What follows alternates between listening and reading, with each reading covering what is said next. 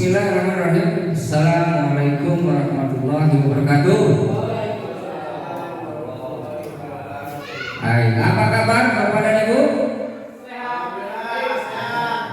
Alhamdulillah baik. Bapak dan Ibu, terima kasih sudah mau menyempatkan waktunya pada kegiatan kita, yaitu dalam hal ini saya akan mencoba menyebarkan pemahaman dan penerapan pengalaman budaya positif yang dilakukan di sekolah SD Bojongnan. Baik Bapak dan Ibu, sebelum kita memasuki pada pembukaan atau kegiatan kita, di mana ada terdiri dari susunan acara yaitu pembukaan.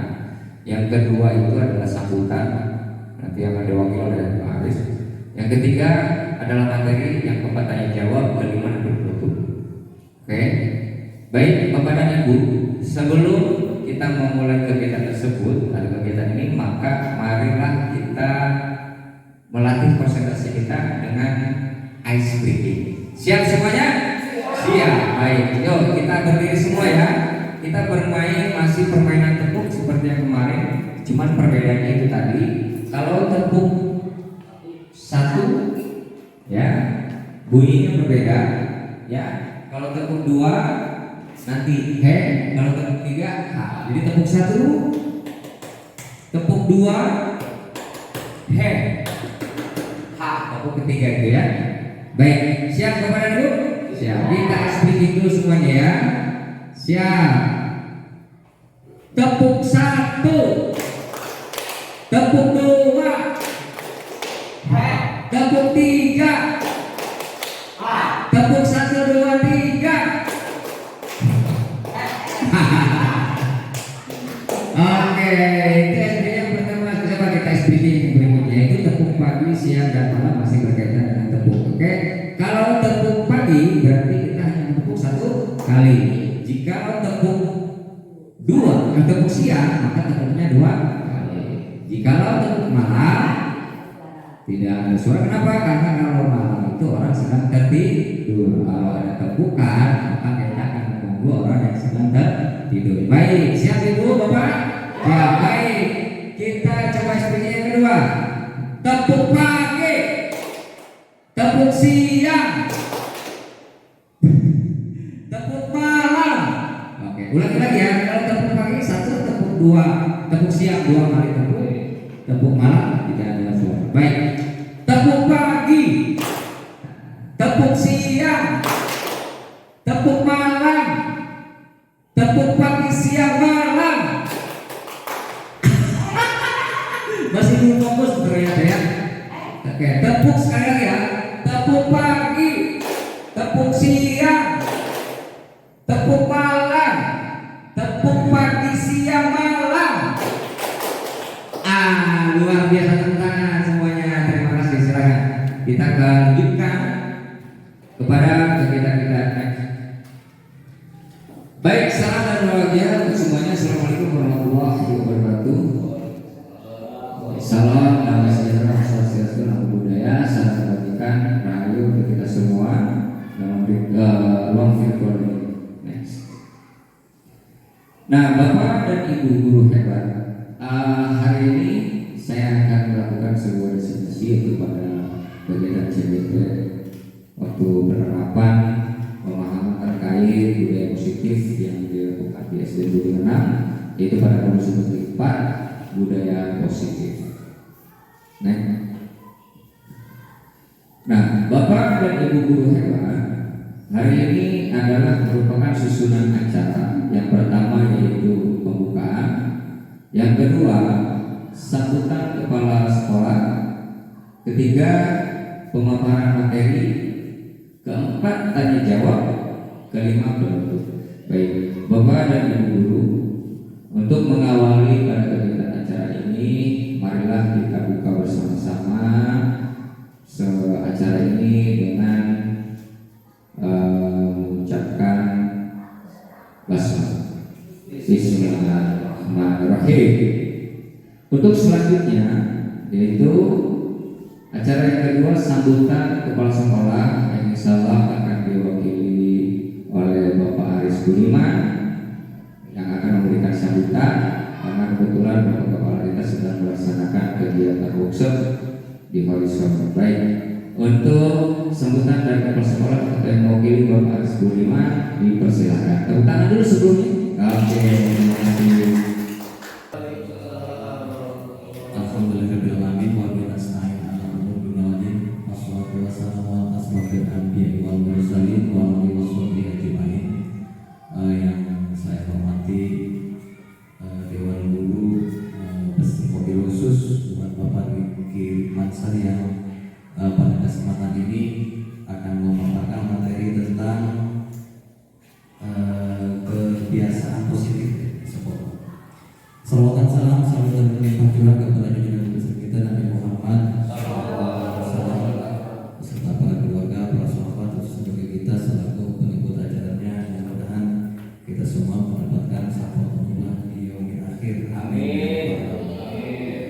Baik Bapak dan Ibu Dewan Guru, pada hari ini kita akan mendengarkan pemaparan materi yang akan dibawakan oleh Pak Riki.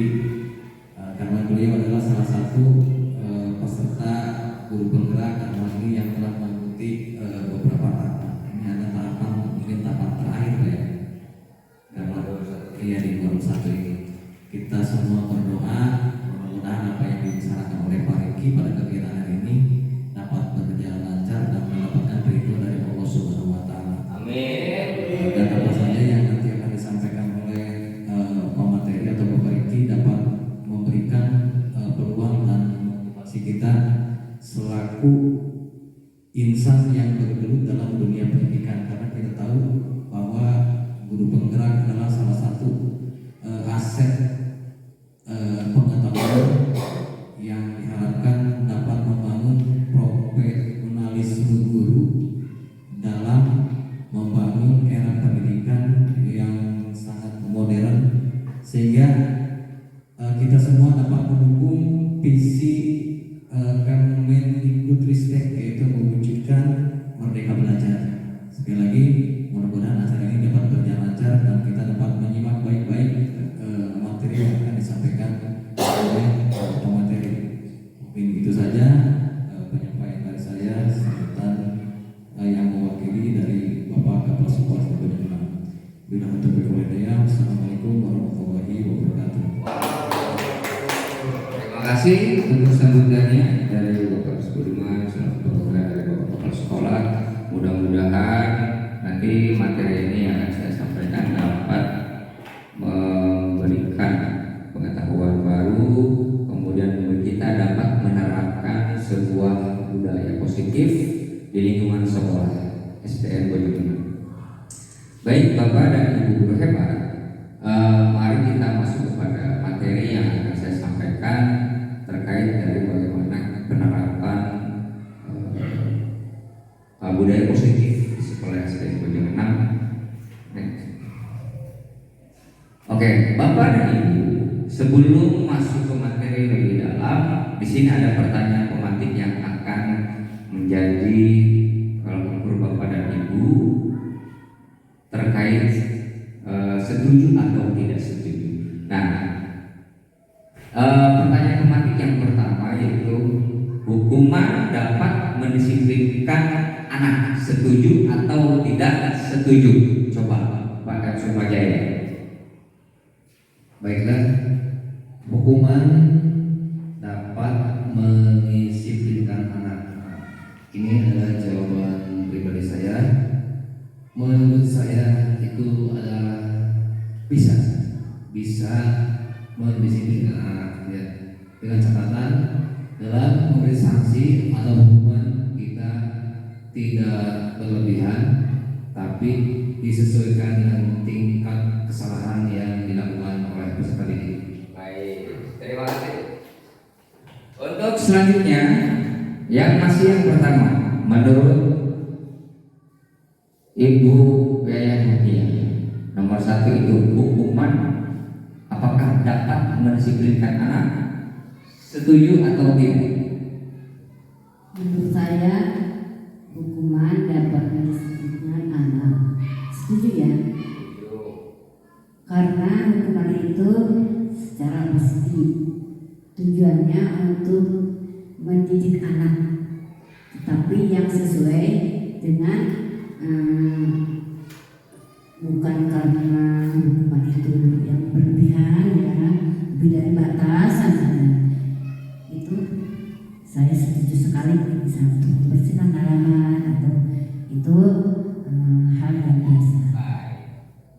Terima kasih Bu ya atas jawabannya terkait hukuman dapat bersifat. Keduanya Pak supaya Bu ya adalah setuju. Oke, nanti saya akan jelaskan lebih jauh. Nah yang kedua, pemberian hukuman dengan hal positif seperti membaca atau membersihkan halaman sekolah dapat meningkatkan disiplin anak. Semuanya setuju atau tidak setuju? Setuju. Setuju. Baik. Kemudian yang ketiga, memberi penghargaan dapat meningkatkan motivasi belajar anak. Setuju atau tidak setuju? Masih setuju ya, baik Bapak dan Ibu. Ini adalah sebuah pertanyaan normatif terkait setuju dan tidak setuju terkait hukuman atau pemberian hukuman dalam hal positif ataupun memberikan penghargaan. Nah dalam hal ini Bapak dan Ibu, saya yang sudah melaksanakan itu sebetulnya tidak setuju. Kenapa? Nanti akan saya jelaskan. Karena hukuman itu akan ada unsur keterpaksaan. Jikalau kita selalu memberikan hukuman kepada anak, itu bukan membentuk sebuah disiplin positif, tetapi akan memberikan motivasi ekstrinsik. Artinya apa? Artinya mereka akan melaksanakan segala bentuk kegiatan KBM apapun itu dengan keterpaksaan karena kekhawatiran dihukum. Nah yang kedua pun pemberian hukuman dengan hal positif seperti membaca itu pun sama. Karena ada unsur motivasi ekstrinsik atau keterpaksaan, sehingga mereka akan secara tidak langsung melakukan pelanggaran dan pelanggaran terus. Ya, kenapa? Dan bahkan itu akan menjauhkan motivasi mereka untuk ke sekolah ataupun belajar. Nah, kemudian yang ketiga, memberikan penghargaan. Oke, ini saya juga tidak setuju. Kenapa? Karena jikalau kita memberikan penghargaan, otomatis yang selalu akan mendapatkan penghargaan adalah orang-orang yang dianggap atau siswa yang bisa. Nah sementara akhirnya orang yang merasa bisa atau anak yang merasa bisa tersebut, dia akan selalu termotivasi bukan karena tujuan untuk meningkatkan kedisiplinannya dalam belajar, tetapi karena memang ingin mendapatkan penghargaan atau hadiah. Nah sementara yang lain, yang tidak pernah mendapatkan penghargaan, mereka pun akan minder. Karena apa Pak? Karena ada unsur di mana mereka merasa bahwa saya tidak mampu untuk itu. Akhirnya motivasi mereka akan menurun dan tidak timbul keberanian. Baik, itu ya untuk penjelasan yang itu terkait hukum. Maka kita lanjutkan. Nah, maka di sini akan kita eksplorasi konsep yang tadi terkait pembelajaran satu, disiplin positif dan nilai-nilai kebajikan universal. Nah, inilah Bapak dan Ibu disiplin positif. Ini adalah teori kontrol atau teori pilihan dari Dr. William Glasser. Nah, kita tidak bisa mengontrol orang lain, betul tidak? Saya pun tentu tidak mungkin dapat mengontrol Pak Wida atau Pak Iksan. Ya, kenapa? Karena yang dapat melakukan kontrol itu adalah dirinya sendiri. Karena untuk menimbulkan kedisiplinan dalam dirinya, ya dirinya sendiri. Ya tidak mungkin orang lain misalkan saya memaksakan Pak Iksan untuk atau Pak Widi untuk setiap hari hadir. Tidak mungkin. Atau misalkan kita pun sendiri untuk selalu tepat waktu. Ya, kalau tidak timbul dari dirinya sendiri, tidak akan terlaksana. Oke, jadi pada dasarnya adalah kita timbulkan dari diri sendiri. Ini berdasarkan teori dari Dr. William Glasser. Nah, kemudian selanjutnya dari semua perilaku kan semua memiliki tujuan pasti. Kemudian model berpikir menang, kolaborasi dan konsensus menciptakan pilihan baru. Realitas kebutuhan kita berbeda. Setuju? Setuju, realitas kebutuhan kita berbeda. Kita berusaha memahami pandangan orang lain tentang dunia, sementara setiap orang memiliki gambaran yang berbeda. Saya dengan Pak Jaya punya pemikiran yang berbeda, tidak mungkin sama karena setiap manusia memiliki tujuan yang berbeda. Nah, selanjutnya dari Anda tidak bisa mengontrol orang lain di sini adalah makna disiplin, belajar kontrol diri dengan menggali potensi kita agar tercapai tujuan mulia, yaitu sesuatu yang menjadi seseorang yang kita inginkan berdasarkan nilai-nilai yang kita hargai. Nah, di sini kita jelaskan ada dalam teori motivasi itu ada untuk menghindari hukuman, kemudian untuk mendapatkan imbalan, kemudian teori motivasi berikutnya yang ketiga untuk menghargai diri sendiri, kemudian nilai-nilai kebajikan universal dan keyakinan kelas. Inilah Bapak dan Ibu yang kenapa saya sampaikan terkait menghindari hukuman. Maka anak-anak akan selalu menghindari hukuman, ya. Maka timbul yang namanya motivasi ekstrinsik itu tadi. Nah, maka yang perlu kita laksanakan adalah bagaimana kita mengontrol diri, yaitu agar dapat memiliki motivasi intrinsik, yaitu apa? Untuk dapat menghargai diri sendiri, ya, sehingga akan menghasilkan nilai-nilai kebajikan yang universal serta keyakinan kelas. Ini yang perlu kita terapkan di kelas, ya. Nah, terus selanjutnya bagaimana model berpikir menang, kolaborasi dan konsensus menciptakan pilihan baru. Ada 5 posisi kontrol Bapak dan Ibu dalam teori disiplin positif, yaitu ini akan berkaitan penghukum, pembuat rasa bersalah. Ini 5 posisi kontrol dalam diri kita sebagai pendidik. Penghukum, pembuat rasa bersalah, teman, pemantau atau manajer. Yang kelima manajer. Nah, di dalam hal ini ada 5 posisi kontrol kita yang perlu kita terapkan, yaitu apakah kita ini sebagai penghukum atau sebagai pembuat rasa bersalah, kemudian teman pemantau. Nah, ini akan masuk kepada motivasi ekstrinsik, unsur segala sesuatu yang memaksakan sesuatu terhadap orang lain.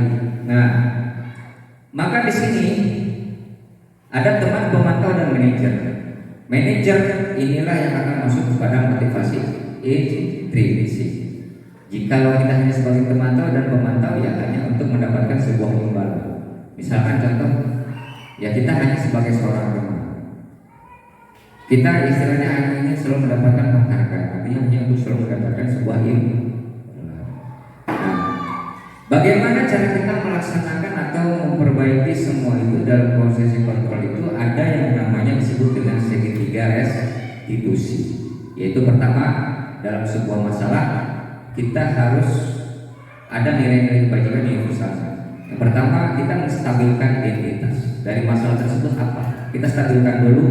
Kemudian yang kedua, validasi kebutuhan. Ketiga, menanyakan keyakinan. Nah, ini adalah lanjutkan dengan 5 kebutuhan dasar manusia: bertahan hidup, penguasaan, kasih sayang, dan rasa diterima, kesenangan, kebebasan. Inilah 5 kebutuhan dasar manusia, baik kita sebagai murid apalagi murid. Ya, ada 5 kebutuhan dasar manusia. Pertama yaitu tadi bertahan hidup. Yang kedua, penguasaan. Ketiga, kasih sayang dan rasa diterima. Keempat, kesenangan. Kelima, kebebasan. Itu Bapak dan Ibu tentang teori kontrol atau teori pilihan berdasarkan teori dari Dr. William James. Nah, di sini ada sebuah pertanyaan. Apakah makna disiplin? Disiplin ini berasal dari bahasa Latin yaitu disiplina, yang artinya belajar. Makna asal dari kata ini berkonotasi dengan disiplin diri dari murid-murid Socrates dan Plato. Disiplin diri membuat orang menggali potensinya menuju sebuah tujuan, apa yang dia harapkan. Namun dalam budaya kita, makna kata disiplin telah berubah menjadi sesuatu yang dilakukan seseorang pada orang lain untuk mendapatkan kepatuhan. Kecenderungan umum adalah menghubungkan kata disiplin dengan ketidaknyamanan. Setuju atau tidak? Saya rasa setuju. Kita kadang-kadang memaksakan anak untuk selalu disiplin, bahkan terhadap orang lain. Maka jikalau itu tidak timbul dari dirinya sendiri, kira-kira orang itu akan melaksanakan disiplin tidak? Tidak. Karena ketika berangkat ke sekolah pun ada unsur keterpaksaan. Karena apa? Karena khawatir dihukum. Maka kita sebagai pendidik harus bisa menimbulkan motivasi intrinsik terhadap murid. Biarkan mereka timbul rasa disiplinnya itu, tanggung jawabnya itu terhadap dirinya sendiri. Nah, maka akan timbul yang namanya kebahagiaan serta kebebasan yang mereka lakukan. Nah itu ya Bapak dan Ibu. Kita dari makna disiplin. Di sini ada terdapat nilai-nilai kebajikan universal. Ya. Nilai-nilai kebajikan adalah sifat-sifat positif manusia yang merupakan tujuan mulia yang ingin dicapai setiap individu. Nilai-nilai tersebut bersifat universal dan lintas bahasa, suku, bangsa, agama maupun latar belakang. Nah ini imbasnya pasti tepat, jadi ini akan masuk kepada implementasi kurikulum merdeka. Ya, maka kita harus bisa ini. Nah, pertama, setiap perilaku atau perbuatan itu jelas berdasarkan Dr. William Glasser pada teori kontrol 1984. Setiap perilaku atau perbuatan memiliki suatu tujuan. Jadi segala perilaku dan tindakan kita atau perbuatan itu memang pasti memiliki tujuan. Kan ada setiap orang itu kadang-kadang seperti omongan itu karena dia memiliki tujuan, gitu ya. Kemudian dengan menaikkan nilai-nilai kebajikan yang dikayakkan seseorang, maka motivasi intrinsiknya akan terbangun sehingga menggerakkan motivasi dari dalam untuk dapat mencapai tujuan mulia yang diinginkan. Ini berdasarkan D.N. Gosset 1998. Nah, nilai-nilai kebajikan apa yang ingin dicapai oleh setiap anak Indonesia kita kenal dengan profil pelajar Pancasila, yaitu beriman, bertakwa kepada Tuhan Yang Maha Esa dan berakhlak mulia, berdiri, bernalar kritis, berkebinekaan global, bergotong royong dan kreatif. Inilah 6 profil pelajar Pancasila. Ini yang kita harapkan dari semua nilai-nilai kebajikan universal, ya. Nah, yang selanjutnya yaitu eksplorasi konsep. Eksplorasi, ya, lamun orang ngomongin eksplorasi, tapi orang dengar eksplorasi itu apa sih, Bu? Pak? Explore. Jadi eksplorasi itu kita melakukan sebuah petualangan, penjelajahan terhadap sebuah konsep. Di mana di sini dalam pembelajaran kedua, ya Bapak dan Ibu, ada terdapat teori motivasi, hukuman dan penghargaan serta restitusi. Mana restitusinya adalah sesuatu hal yang akan dapat kita bagaimana menumbuhkan. Karena kalau di sini kan kita bicara tentang keberpihakan terhadap murid, bicara kebebasan terhadap murid. Nah di sini akan ada bagaimana si anak mampu menemukan sebuah solusinya untuk dirinya sendiri, jadi bukan kita, gitu ya. Next. Nah, teori motivasi perilaku manusia. Di sini ada terdapat ya motivasi eksternal, motivasi internal. Nah, yang pertama untuk menghindari ketidaknyamanan atau hukuman. Apa yang akan terjadi apabila saya tidak melakukannya? Nah, coba berdasarkan motivasi eksternal kepada diri untuk menghindari ketidaknyamanan atau hukuman, apa yang akan terjadi bila saya tidak melakukannya, Pak Aris? Untuk menghindari ketidaknyamanan hukuman, apa yang terjadi apabila saya tidak melakukannya? Akan ada keterlibatan pergeseran norma biasanya, baik norma kesopanan maupun dengan norma-norma agama, biasanya Jadi begini Bapak dan Ibu, ini kan motivasi eksternal ya, atau yang timbul dari luar. Nah jikalau Bapak dan Ibu, ini kan Bapak dan Ibu menghindari sebuah hukuman, otomatis seperti halnya kita kalau berkendara tidak menggunakan helm, kira-kira dapat hukuman tidak? Dapat. Maka Bapak dan Ibu kira-kira dipaksakan untuk memakai helm tersebut tidak? Pasti kan? Karena khawatir ketika melalui jalur kota orang di sini ditilang, ya kan? Dihukum. Nah, apa yang akan terjadi apabila saya tidak melakukannya? Ya itu, maka yang akan terjadi adalah kita akan mendapatkan hukuman, sehingga akan timbul motivasi eksternal berkaitan dengan dorongan dari keterpaksaan hidup ini, karena kita dipaksa oleh orang lain untuk dapat menghindari hukum. Itu. Yang kedua, untuk mendapatkan imbalan dari orang lain atau institusi. Apa yang akan saya dapatkan apabila saya melakukannya? Coba.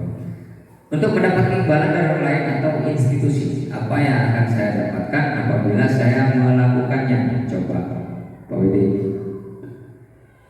Untuk mendapatkan imbalan dari orang lain. Ya, apa yang akan didapatkan Pak Widi apabila melakukannya? Kira-kira. Ya pastinya hukuman secara eksternal tadi itu ya, motivasi eksternal mungkin pasti mendapatkan pelanggaran atau hukuman. Ya, mendapatkan imbalan dari orang lain. Apa yang akan didapatkan Pak Widi bila Pak Widi melakukannya? Ya. Berarti Pak Widi apakah? Karena kalau misalkan kita tujuannya mendapatkan imbalan, nah otomatis kan kita mendapatkan hukuman secara motivasi secara eksternal ya. Nah, berarti kita mendapatkan pelanggaran di situ. Berarti kita mendapatkan dalam artian mendapatkan hukuman. Oke, baik. Terima kasih Pak Widi. Jadi begini, aku mendapatkan imbalan, apa yang akan saya dapatkan apabila saya melakukan? Otomatis. Ya, jika kita ingin mendapatkan penghargaan tersebut atau imbalan secara terpaksa, kita harus melakukan. Ini yang tertimbul dari motivasi eksternal. Itu kan? Jika seperti ini, jikalau kita sebagai pendidik kita datang ke sekolah karena memang ingin mendapatkan imbalan, ya kan kau mesti gaji gitu, kan otomatis ada bentuk tanggung jawab. Nah sementara itu tadi Bapak dan Ibu, ketika kita melakukan sesuatu, otomatis yang setiap apapun yang kita kerjakan berdasarkan motivasi eksternal atau dari orang lain, otomatis karena kita ingin mengharapkan imbalan. Sama halnya seperti itu. Artinya penghargaan itu tidak baik untuk anak karena ada unsur keterpaksaan. Nah, yang ketiga, untuk menghargai diri sendiri, saya akan menjadi orang yang seperti apa bila saya melakukannya. Ini apa yang akan kita lakukan atau ingin seperti apa bila kita melakukan untuk menghargai diri sendiri. Kira-kira bagaimana dia? Ya, untuk menghargai diri sendiri, apa yang akan gue lakukan jika menjadi orang seperti apa yang ingin gue lakukan untuk dapat menghargai diri sendiri? Coba saya akan menjadi orang yang seperti apa bila saya melakukannya. Untuk menghargai diri sendiri, apa yang akan gue lakukan untuk dapat menghargai diri sendiri? Satu, kejujuran ya. Kejujuran. Ya. Kejujuran. Apabila diri kita jujur, pasti kita dipercaya oleh teman-teman kita ya. Yang kedua, misalnya kita menaati aturan, contohnya kita lihat di sekolah. Ya. Itu harusnya datangnya dari diri kita sendiri, pasti itu tercapai apa yang kita harapkan. Mungkin itu Pak. Oke, terima kasih. Tapi sebelumnya yuk tepuk tangan dulu dong untuk ya. Oke.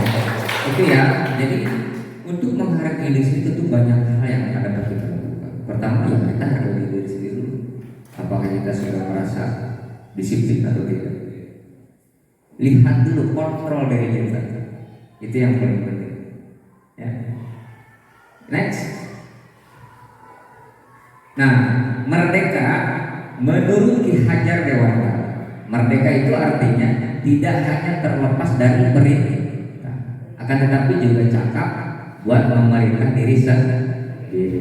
Ini adalah Ki Hajar Dewantara tentang pemikiran konsepsi keteladanan sikap merdeka, cetakan kelima tahun 2013, halaman 49. Itu boleh Bapak dan Ibu baca. Ya, terkait apa itu merdeka menurut Ki Hajar Dewantara. Next. Nah, ini Bapak dan Ibu terkait dihukum oleh penghargaan. Nah, bahwa penghargaan berlaku sama dengan hukuman. Dalam arti meminta atau memujuk seseorang untuk melakukan sesuatu untuk memenuhi suatu tujuan tertentu dari orang yang meminta atau membujuk. Dorongannya eksternal dan akan ada faktor ketergantungan. Nah, beberapa dampak dari pemberian penghargaan ini berdasarkan Al-Fiqh 1993. Jadi penghargaan itu juga Bapak dan Ibu merupakan sebuah hukuman. Kenapa? Tadi disampaikan bahwa seseorang itu kan melakukannya atau memenuhi tujuan tertentu itu kan dari orang yang meminta atau yang membujuk, sehingga akan ada timbul faktor ketergantungan. Jadi anak ini kalau tidak ada penghargaan Bapak dan Ibu, mual mengatakan ya, mual mengatakan acungkan tangan atau mual dipinterendai sebab teu aya penghargaan Bapak dan Ibu. Artinya mereka terdorong ya karena adanya sebuah penghargaan. Ya, maka Bapak dan Ibu, penghargaan itu juga sama sebuah hukuman. Itu Bapak. Jadi perhatikan. Nah, ini terkait dihukum oleh penghargaan ada pengaruh jangka pendek dan jangka panjang. Penghargaan menghukum, penghargaan mengurangi ketepatan, penghargaan itu tidak efektif, penghargaan bisa merusak hubungan. Betul atau tidak? Saya rasa gitu. Karena penghargaan itu dapat merusak hubungan. Coba bayangkan, mereka akan selalu bersaing karena sebuah penghargaan. Kayak tidak dunder, murid kurangnya tidak cepuhan dengan penghargaan. Gitu. Akhirnya akan ada yang namanya sebuah hubungan yang rusak, tidak harmonis kembali karena mereka bersaing bisa mendapatkan penghargaan. Artinya saling gesek-gesek. Itu kan sudah terjadi kepada kita. Maka ini yang perlu kita ubah. Mindset itu kita perlu ubah ya terkait bagaimana soal penghargaan. Jadi tidak perlu adanya penghargaan karena penghargaan merupakan sebuah hukuman. Itu Bapak dan Ibu ya. Penghargaan itu betul tidak efektif. Bayangkan jika akhirnya yang lebih banyak mendapatkan penghargaan itu kan orang-orang atau siswa yang mampu. Coba siswa yang mampu kumaha atau tidak mencapai penghargaan, mereka pasti hanya akan duduk terdiam. Tidak ada pergerakan atau suara untuk menyampaikan sesuatu. Betul tidak? Ya. Baik, next. Nah, dihukum oleh penghargaan selanjutnya itu penghargaan dapat menurunkan kualitas. Itu yang tadi saya sampaikan. Jika penghargaan itu tidak ada, bagaimana? Kira-kira anak ini belajar itu mual karena sudah tidak ada penghargaan, sehingga kualitas mereka akan menurun. Yang biasanya kan semangat karena besok ini akan dapat penghargaan nih. Kudu hafal kan dia kayak soal dan sebagainya kan gitu. Ya, maka dia akan rajin. Nah, ketika misalkan Bapak Ibu menyampaikan tidak ada lagi sebuah penghargaan, maka otomatis siswa akan tidak rajin lagi kepada mereka, sehingga kualitas mereka akan menurun. Nah, penghargaan mematikan kreativitas. Setuju saya. Orang membuat sesuatu, membuat kreasi, biasanya kan orang suka olimpiade dan sebagainya. Betul tidak? Mereka semaksimal mungkin karena akan ingin mendapatkan penghargaan. Jadi kalau penghargaan betul saya setuju akan dapat mematikan kreativitas. Maka ini perlu kita hilangkan. Penghargaan terhadap murid-murid kita samakan. Karena setiap anak itu memiliki hak yang sama dalam pendidikan. Gitu ya Bapak dan Ibu. Penghargaan mengurangi motivasi intrinsik, setuju. Karena akan ada tadi motivasi ekstrinsik yang akan timbul dari anak-anak, dorongan dan keterpaksaan dari orang lain. Bukan karena motivasi intrinsik itu timbul karena dirinya sendiri. Karena yang dapat mengontrol itu hanyalah dirinya sendiri, bukan orang lain. Itu yang disebut dengan motivasi intrinsik. Next. Nah ini bentuk program kebajikan atau apresiasi. Nah dalam memberikan apresiasi atau pengakuan perlu diingat beberapa hal kepada Ibu. Beri pengakuan secara khusus, beri pengakuan secara pribadi, beri pengakuan kepada semua murid bergantian. Ulah apa ya? Artinya kan mereka salah orang tetap memberikan pengakuan, gitu kan? Karena bagaimanapun kita ini sebagai pendidik hanyalah sebagai pamong ya, ataupun sebagai fasilitator kepada mereka. Kemudian beri pengakuan secara konsisten, fokus pada proses. Ini yang perlu Bapak dan Ibu terapkan nanti kita ya, bersama-sama dalam budaya positif di lingkungan sekolah kita khusus ya. Next. Nah ini contoh pengakuan atau apresiasi kebijakan. Pembuka nilai kebajikan situasi. Ini pembukanya. Kemarin saya perhatikan bla bla bla bla. Nilai kebajikannya RSS 40 besar sekali. Di situasi pada saat menolong murid baru di kelas kita. Ini adalah bentuk pengakuan. Gitu kan? Kemarin saya memperhatikan kamu membantu murid baru. Rasa empati itu besar sekali ya. Kan orang itu ngomong. Kemudian pada saat menolong murid baru di kelas kita seperti itu. Kan gitu. Ini situasi. Kemudian saya menghargai pembukanya ya Bapak dan Ibu ketika kita ingin melakukan pengakuan atau apresiasi kebajikan terhadap murid. Kepedulian, nilai kebajikannya peduli. Jadi akan timbul nilai kebajikan terhadap anak yaitu peduli. Terhadap apa ya? Terhadap sesama rekan sekelas. Pada saat kamu membantu teman-temanmu di tugas kelompok, ini situasinya ya, situasinya yang terjadi. Kemudian membuka selanjutnya terima kasih untuk apa? Membantu memungut kertas-kertas yang berserakan di lantai. Terima kasih, sampaikan untuk apa misalkan. Jadi ini senyum sapa itu tadi apa? Ya, ini akan timbul. Kemudian nilai kebajikan yang timbul adalah rasa tanggung jawab. Ini tidak perlu kita inikan. Kita hanya perlu. Jadi akhirnya kita sebagai pemantau kepada diri, memantau anak. Oh ini yang ini tetap kita berikan pengakuan, kita apresiasi.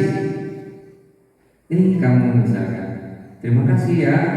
Untuk apa? Untuk selalu memungut kertas-kertas yang berserakan. Artinya dia itu lebih senang dengan kebersihan. Jadi nilai kebajikannya akan selalu sampai ke jenjang lebih panjang, yaitu tanggung jawab terhadap apa kepada dia, terhadap dirinya, terhadap kebersihan. Nah, itu Bapak dan Ibu ya. Ini pembukanya. Insya Allah saya di kelas itu waktu itu menanyakan Bapak dan Ibu, ada keyakinan kelas yang diinginkan oleh anak itu nyaman. Nah salah satu bentuk kenyamanan di kelas kan otomatis itu Bapak dan Ibu, kebersihan. Ya, next. Nah, tugas perbedaan hukuman dan konsekuensi. Menurut Bapak dan Ibu, apakah hukuman dan konsekuensi itu sama? Definisinya. Menurut Bapak dan Ibu, hukuman dan konsekuensi itu sama atau tidak? Tidak ya? Oke. Ini contoh Bapak dan Ibu. So, tindakan guru, hukuman atau konsekuensi. Ini manakah yang termasuk dalam hukuman atau mana manakah yang termasuk terhadap konsekuensi? Coba dicatat di dalam di kertas buku Bapak dan Ibu. Nanti kita jawab satu persatu. Yang pertama, coba menurut Pak Aris. Oke, menurut Pak Aris. Ini Pak Aris, kita lihat Pak Aris nanti mana? Sepeda Pak Aris. Gitu. Nah, mencatat 100 kali dalam kalimat saya tidak akan terlambat lagi karena terlambat ke sekolah. Apakah ini masuk hukuman atau konsekuensi? Ya. Coba Pak Iksan maju tulis yang nomor 1, hukuman atau konsekuensi? Lari mengelilingi lapangan basket 2 kali karena terlambat hadir di sekolah. Apakah ini hukuman atau konsekuensi? Bukan hukuman atau konsekuensi. Jawabannya di sini aja di papan tulis, Pak. Yang nomor 1, mencatat 100 kali dalam 2 kalimat. Saya tidak akan terlambat lagi karena terlambat sekolah. Apakah ini hukuman ataukah konsekuensi? Menurut Pak Iksan, hukuman atau konsekuensi? Mencatat 100 kali dalam 2 kalimat. Nomor 1. Oh, bagaimana Pak Iksan jawab? Nomor 1, apa hukuman atau konsekuensi menurut Pak Iksan? Oke, siap.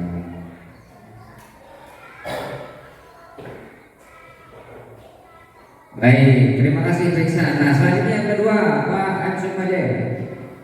Lari mengelilingi lapangan basket 2 kali karena terlambat di sekolah. Apakah ini hukuman atau konsekuensi? Hukuman. Baik.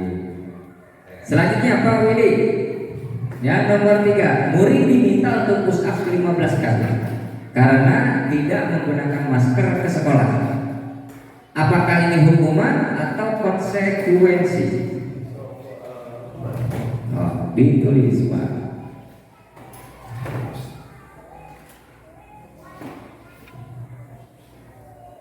Baik, selanjutnya buat menggantikan kertas tugas teman yang telah dicoret-coret.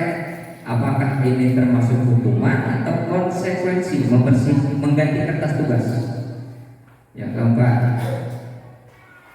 konsekuensikah atau hukuman? Oke. Baik, sekarang nomor terakhir, Aris. Ini nomor 5, nanti sisanya orang sama-sama. Membersihkan tumpahan air di meja tulis karena tersenggol pada saat belajar. Hukuman juga ya. Baik. Selanjutnya yaitu murid disuruh untuk mengenakan sepatu sehari di sekolah karena tidak mengenakan sepatu hitam. Yang keenam ini apakah hukuman atau konsekuensi? Konsekuensi. Oke. Habis.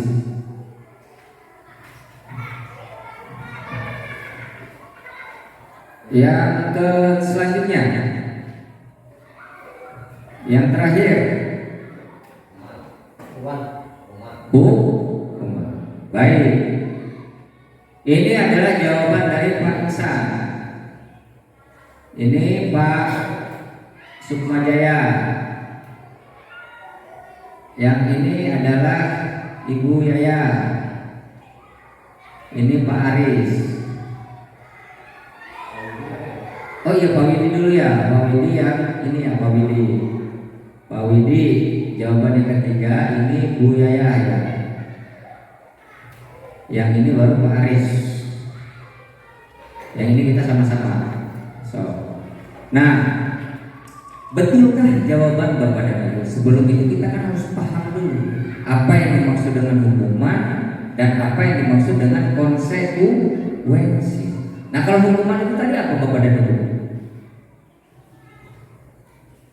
Hukuman itu kan berarti sesuatu yang dilanggar sehingga mendapatkan hukuman. Artinya apa? Murid akan mendapatkan hukuman berdasarkan sebuah peraturan yang dibuat di sekolah atau di kelas. Itu kan hukuman. Sementara kalau konsekuensi adalah sesuatu hal yang dilakukan ya oleh dirinya sendiri sehingga mendapatkan hukum. Jadi kalau konsekuensi itu hampir sama terhadap bentuk tanggung jawab kepada dia. Jadi jelas hukuman dan konsekuensi itu berbeda. Yang pertama maka kita lihat next jawabannya betul atau tidak. Betul tidak? Jawaban dari Pak Iksan. Ya. Mencatat 100 kali dalam buku kalimat itu Bapak dan Ibu merupakan hukuman. Yang kedua, lari mengelilingi lapangan basket 2 kali karena terlambat di sekolah adalah hukuman. Sudah jelas. Jika dia terlambat maka dia harus berlari. Itu dihukum namanya Bapak. Murid diminta push up 15 kali karena tidak menggunakan masker ke sekolah. Juga termasuk hukum. Nah, mengganti kertas tugas teman yang dicoret-coret, konsekuensi bentuk tanggung jawabnya dia karena sudah merusak buku temannya sehingga dia menggantikan. Itu konsekuensi buat diri, bentuk tanggung jawab diri. Kemudian membersihkan tumpahan air di meja tulis karena tersenggol pada saat belajar, juga termasuk konsekuensi karena dia langsung membersihkan, ya. Gitu. Murid disuruh mengenakan sepatu seharian di sekolah karena tidak mengenakan sepatu hitam, maka ini disebut dengan hukum. Ini harus kita pahami terkait perbedaan hukuman dan konsekuensi. Terakhir, lari menjalankan basket 2 kali karena terlambat 10 menit untuk pelajaran PJ. Maka ini adalah konsekuensi. Ya Bapak dan Ibu, sudah bisa dimulai sampai sini ya. Baik, next. Nah inilah perbedaan hukuman dan konsekuensi. Perbedaan hukuman dan konsekuensi. Hukuman itu adalah sesuatu yang menyakitkan, harus terjadi, membuat anak sakit fisik maupun hati untuk jangka waktu lama. Ini hukuman, Bapak. Anak membenci kedisiplinan. Kemudian hukuman paksaan, mendorong anak menyakiti diri sendiri. Konsep diri yang buruk itu yang anak timbul Bapak dan Ibu. Anak belajar untuk menyembunyikan kesalahan, cek 2 aspek tadi, akhirnya tidak jujur. Kemudian marah, pasti Bapak dan Ibu sok. Kata anak kalau udah pasti marah. Rasa bersalah, kemudian rasa dipermalukan, merasa tak dihargai. Setuju atau tidak? Kalau hukuman itu tidak berlaku di sekolah itu, otomatis Bapak dan Ibu akan merasa malu jikalau siswa itu atau murid itu dihukum, apalagi ditonton rame, pasti merasa malu. Mereka merasa dipermalukan hingga hewan akhirnya karena gurunya. Banyak seperti itu Bapak dan Ibu. Nah kemudian konsekuensi, ini sesuatu yang terjadi atau dilakukan oleh seseorang tapi dengan tanggung jawab itu disebut konsekuensi. Kemudian membuat anak merasa tidak nyaman dalam jangka waktu pendek, tidak panjang. Ya. Kemudian anak menghargai disiplin, stimulus atau tanggapan, mendorong anak agar mudah menyesuaikan diri, konsep diri yang baik, anak belajar untuk mematuhi peraturan. Ini konsekuensi. Kehilangan hak, dibuat tidak nyaman, diasingkan untuk sementara. Itu yang sudah konsekuensi akan berbeda dengan hukuman Bapak dan Ibu. Ya, kalau hukuman itu saya rasa perlu kita hilangkan. Setuju Bapak dan Ibu? Setuju ya. Nah, ini disalur dari restitution, the negotiation, the valuation of control, ya. Itu Bapak dan Ibu. Next. Nah, ini akan kita jelaskan yang dimaksud dengan restitusi. Apa itu restitusi? Restitusi adalah proses menciptakan kondisi bagi murid untuk memperbaiki kesalahan mereka. Itu restitusi. Sehingga mereka bisa kembali pada kelompok mereka dengan karakter yang lebih kuat.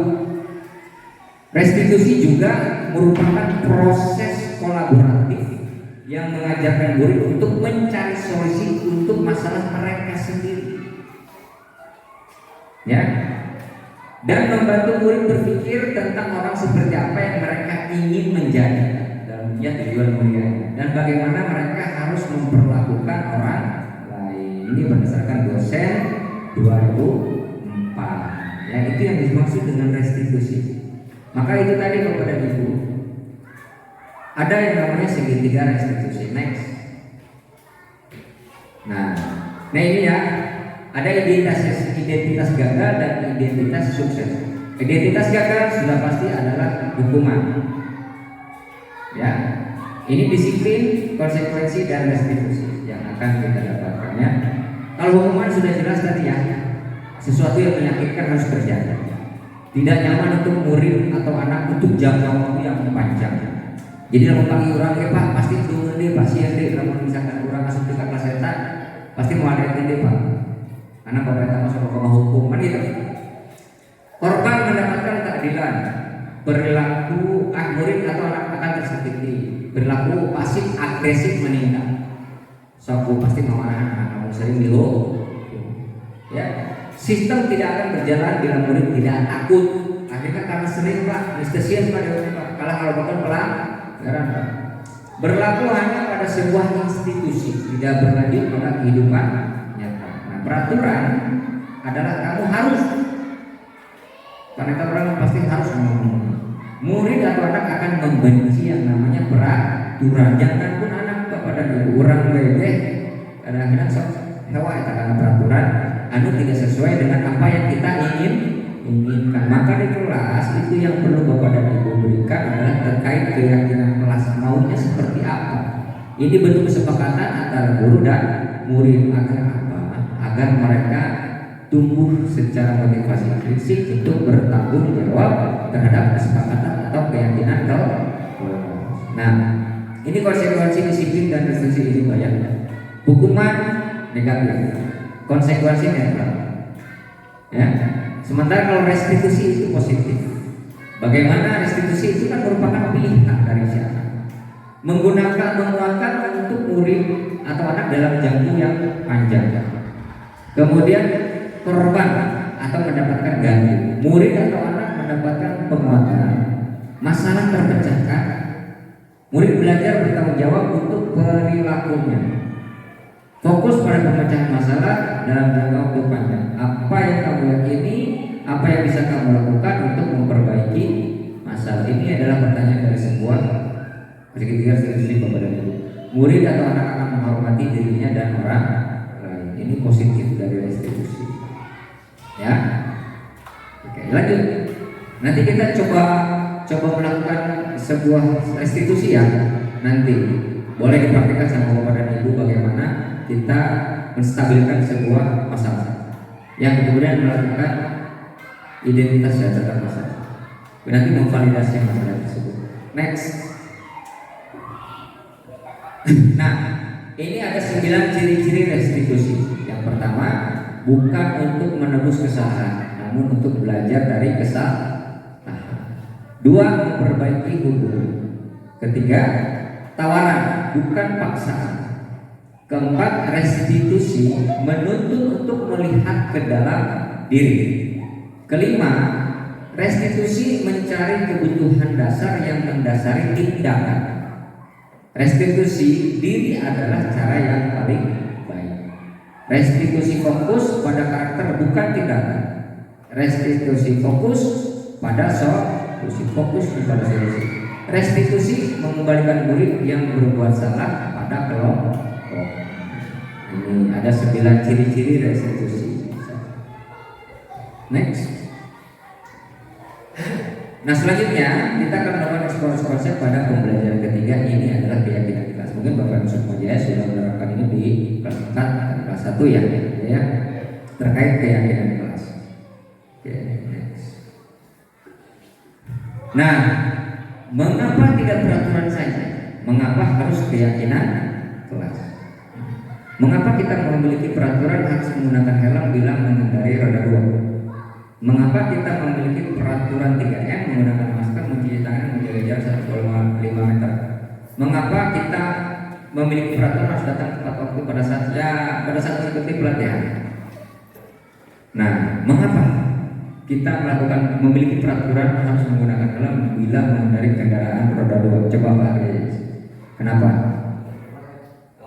Mengapa kita memiliki peraturan harus menggunakan helm bila mengendarai kendaraan roda 2? Karena itu sudah ada kesepakatan kesepakatan antara pengguna dan yang memiliki peraturan. Oke, gitu ya. Terima kasih. Ya, mengapa kita memiliki peraturan harus menggunakan helm? Gunawan Pak Widi kudu pakai helm. Nah, Ya, kenapa harus kita memakai helm pada saat mengendarai roda 2? Karena di situ udah ada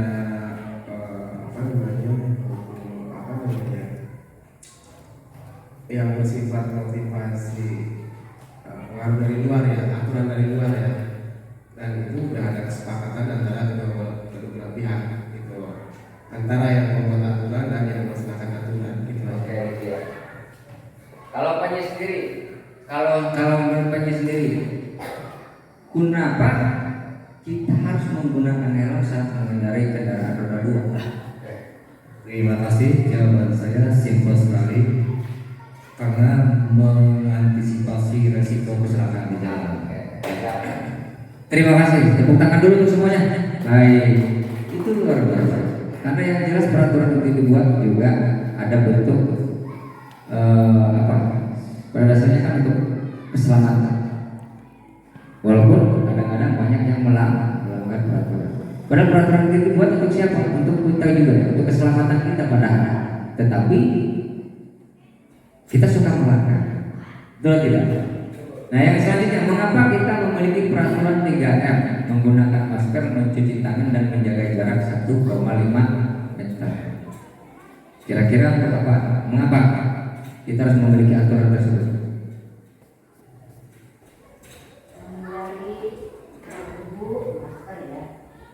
Menghindari, kan kita sempat ada yang namanya COVID ya? Ada peraturan 3M, menggunakan masker, mencuci tangan, dan menjaga jarak 1,5 meter. Mengapa kita harus memiliki peraturan tersebut? Padahal ini kan positif. Ya, positif nih. Mengapa kita memiliki peraturan itu? Kesatu, kita menggunakan masker, Ya, mencuci tangan dan menggunakan untuk menghindari debu atau misalnya seseorang yang mempunyai penyakit. Kalau ketika COVID, apa yang menyebabkan kita memaksakan memakai ini? Ketika COVID, Iya, takut tertular. terjangkit atau Ya, tertular. Kedua itu mencuci tangan itu harus ya, karena untuk menjaga kebersihan badan atau tangan kita. Juga kita menjaga jarak dari satu sama lain. Itu tujuannya mah untuk menghindari penyakit juga ya. Baik, terima kasih. Nah, yang selanjutnya, mengapa kita memiliki peraturan harus datang tepat waktu pada saat mengikuti pelatihan? Berarti kan kita sudah melanggar peraturan tersebut karena kita datang terlambat kan? Mengapa kita harus memiliki peraturan harus datang tepat waktu pada saat mengikuti pelatihan? Otomatis akan ada sesuatu hal yang tertinggal ya Bapak dan Ibu. Ya, akan tertinggal materi-materi dari awal karena kita tidak datang tepat. Nah, untuk mendukung motivasi fisik ini kembali ke nilai-nilai keyakinan lebih menggerakkan seseorang dibandingkan mengikuti serangkaian peraturan. Padahal ini positif. Bapak dan Ibu yang helm kalau dipakai kalau celaka bencana. Jadi jelas kan helm itu untuk keselamatan. Itu Bapak dan Ibu. Itu jelas. Yang kedua tadinya agar kita tidak tertular oleh penyakit corona itu tadi Bapak ya. Kalau ini kenapa harus datang tepat waktu? Artinya akan ada waktu yang terbuang. Kita akan tertinggal. Next. Nah, inilah yang disebutkan dengan budaya positif. Ada lingkungan positif, keyakinan kelas dan peraturan kelas. Ya. Budaya positif, lingkungan positif, keyakinan kelas dan peraturan kelas. Otomatis Bapak dan jika lingkungan positif, keyakinan kelas ini juga terjadi, maka akan ada secara tidak langsung sebuah peraturan kelas. Tetapi bukan karena keterpaksaan, karena memang timbul dari sebuah bentuk tanggung jawab, kesepakatan bersama di dalam keyakinan mereka meyakini. Dua orang baik, kita meyakini bahwa dalam tes kita orang pasti dosa, benar tak? Padahal itu adalah sudah terjadi secara ini sampai jangka panjang ya Bapak dan Ibu, sudah tertanam dalam diri kita, betul tidak? Tapi walaupun bagaimanapun, namun bentuk peraturan atau ini ada bentuknya namanya hukuman, pasti orang mengenalnya terpaksa. Next. Nah Bapak dan Ibu, nih sekarang yang manakah yang merupakan keyakinan kelas? Mengapa?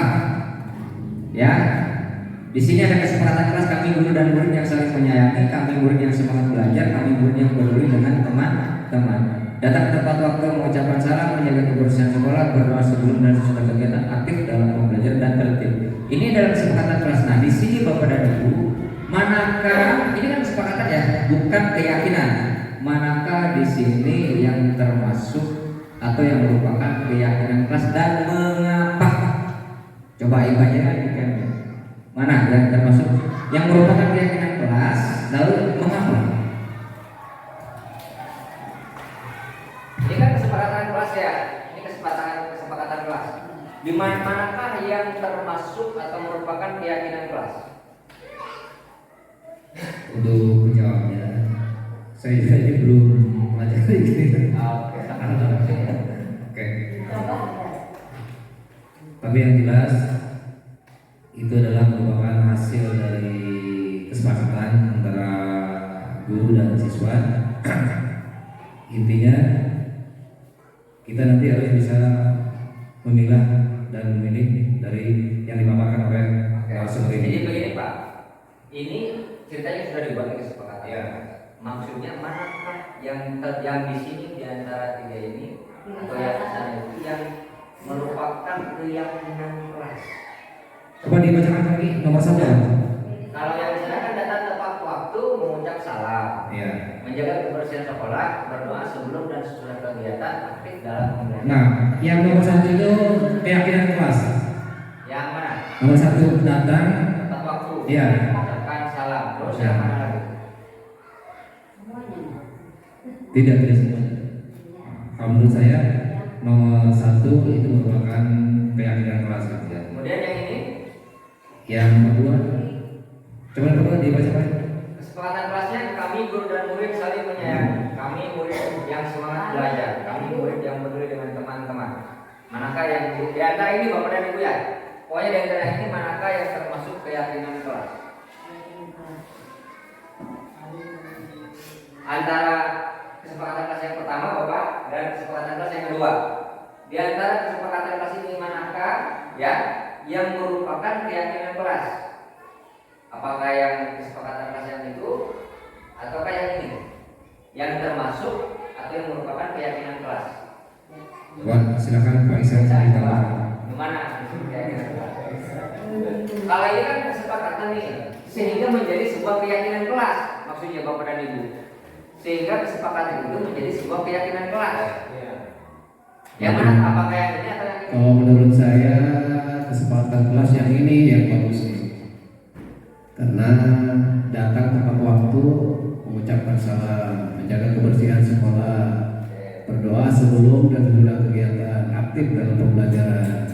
Kalau yang ini kurang ya? Iya, kurang pas gitu. Oke, terima kasih. Nah, menurut Pak Aris sendiri, kan di sini ada dua kesepakatan kelas. Manakah yang merupakan keyakinan kelas? Artinya kesepakatan itu sudah menjadi keyakinan kelas. Keyakinan kelas, kami guru murid saling menyayangi. Kami murid yang semangat belajar. Kami murid yang peduli dengan teman-teman. Oke, terima kasih tepuk tangan untuk Pak Aris. Mengapa Pak? Ya, coba next. Nah, geser dulu ke sana, geser. Ini biar saya jelaskan kepada. Kalau ini yang kesepakatan kelas ini sudah jelas Bapak dan ini sudah disepakati, tapi bukan merupakan keyakinan Bapak dan Ibu. Kenapa? Datang ke tempat waktu mengucapkan salah. Kira-kira masih ada nggak pelanggaran biasanya? Suka ada. Nah, kemudian menjaga kebersihan sekolah. Ini sudah jelas sebuah kesepakatan, belum merupakan sebuah keyakinan. Gitu kan? Kemudian berdoa sebelum dan sesudah kegiatan ini kan ditimbulkan oleh kita sendiri sebagai pendidik. Betul kan? Sepakat, kita yang menyepakati. Berdoa, pulangkan berdoa dulu. Siapa yang menang? Kita juga kan. Kemudian aktif dalam belajar ini kan menuntut juga kepada kita. Tertib, ini juga menuntut. Ya, kesepakatan kelas ini. Jadi saya setuju dengan Pak Aris, kesepakatan kelas yang baik adalah kami guru dan murid yang saling menyayangi. Ini akan tertandang dalam jangka waktu panjang Bapak dan Ibu. Ya, ini mah bukan sekedar doa, biarnya tidak selesai. Kami guru dan murid saling menyayangi, artinya ada unsur, ya, antara guru dan murid sehingga ini akan tersepakati Bapak dan Ibu. Kemudian kami murid yang semangat belajar, kami murid yang peduli dengan teman-teman, ini yang disebut dengan keyakinan kelas. Ini yang perlu kita timbulkan Bapak dan Ibu di kelas. Jadi harus bisa membedakan antara kesepakatan dan keyakinan. Kesepakatan itu dibuat tetapi harus memiliki keyakinan kelas. Gitu. Jadi yang mana yang merupakan keyakinan kelas adalah jawaban Paris. Ya. Coba. Jadi menurut Paris, kesepakatan kelas kami guru dan murid yang saling menyayangi, kami murid yang sangat belajar, semangat kami murid yang penuh dengan pengetahuan. Ini pasti akan timbul sehingga mereka kembali ke masyarakat akan memiliki keyakinan seperti ini. Akan selalu menyayangi. Namun guys saya kira-kira orang bakal menyakiti tidak? Tidak. Jadi, ini yang disebut dengan merupakan keyakinan kelas. Oke, next. Nah inilah Bapak dan Ibu kegiatan pendalaman keyakinan kelas dalam bentuk tabel T dan Y. Hormat. Kami meyakini bahwa sangat penting untuk menghormati semua orang dan barang milik orang lain. Bekerja, kami meyakini bahwa sangat penting untuk mengerjakan segala pekerjaan untuk mengikuti yang telah ditugaskan. Diterima dan dimiliki, kami meyakini bahwa sangat penting untuk merasa diterima pada suatu kelompok dan saling peduli satu dengan. Nah, terdengar, bekerja, hormat. Ini yang akan istilahnya sebuah pendalaman terkait keyakinan kelas. Ada terdengar, terlihat, berlaku. Ini ketika terdengar. Apa yang biasanya terdengar ketika orang menghormati orang lain? Apa yang kira-kira itu terdengar ketika orang menghormati orang lain?